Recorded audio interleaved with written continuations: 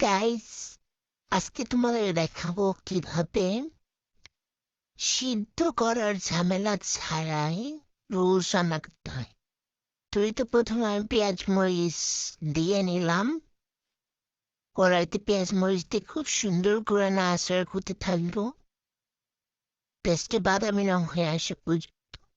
বাদামি রংটা হয়ে এসছে পেঁয়াজ মরিচ, এবার আরেকটু নাড়াচাড়া করতে হবে। নাড়াচাড়া করে এর মধ্যে আমরা ডিম দিয়ে দিব। ডিম ভেঙে দেওয়ার পরে আমরা এটাকে আরেকটু নাড়াচাড়া করে নিব। নাড়াচাড়া হতে থাকলে ডিমটা যখন পেঁয়াজ মরিচের সাথে খুব সুন্দর করে মিশিয়ে যাবে, ততক্ষণ পর্যন্ত আমরা নাড়াচাড়া করতে থাকবো।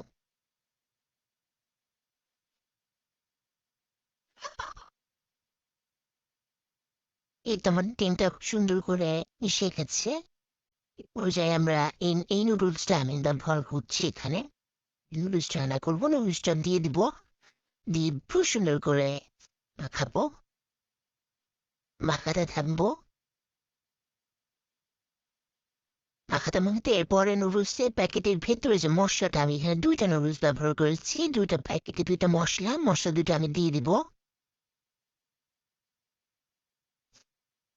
মশলা দুটো দেওয়ার পরে সুন্দর করে মিশাতে থাকবো। এরপরে আমি মিশানোর পরে পানি দিয়ে দিব অংশে। পানিটা ততটুকু দিতে হবে নুডলসটা যেন সিদ্ধ হয়ে যাওয়ার পরে আর কোনো পানি অবশিষ্ট না থাকে, সে পরিমাণ পানি দিয়ে দিব। পানি দিয়ে দেওয়ার পরে একটু নাড়াচাড়া করে মিশাতে থাকবো। সিনেমাগুলো আমি একটু ভেঙে ভেঙে দিচ্ছি। আমি ভাঙা ভাঙা মিউজ খেতে পছন্দ করি, এই কারণে। এরপরে আমি এটাকে ঢাকনা দিয়ে ঢেকে দিব সিদ্ধ হওয়া পর্যন্ত। তো আমি ঢাকনা দিয়ে ঢেকে দিলাম।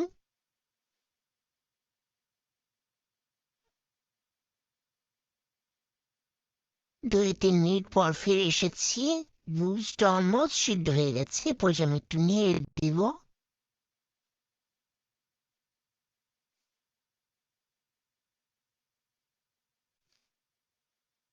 নেড়ে দেওয়ার পর আরেকটু ঢেকে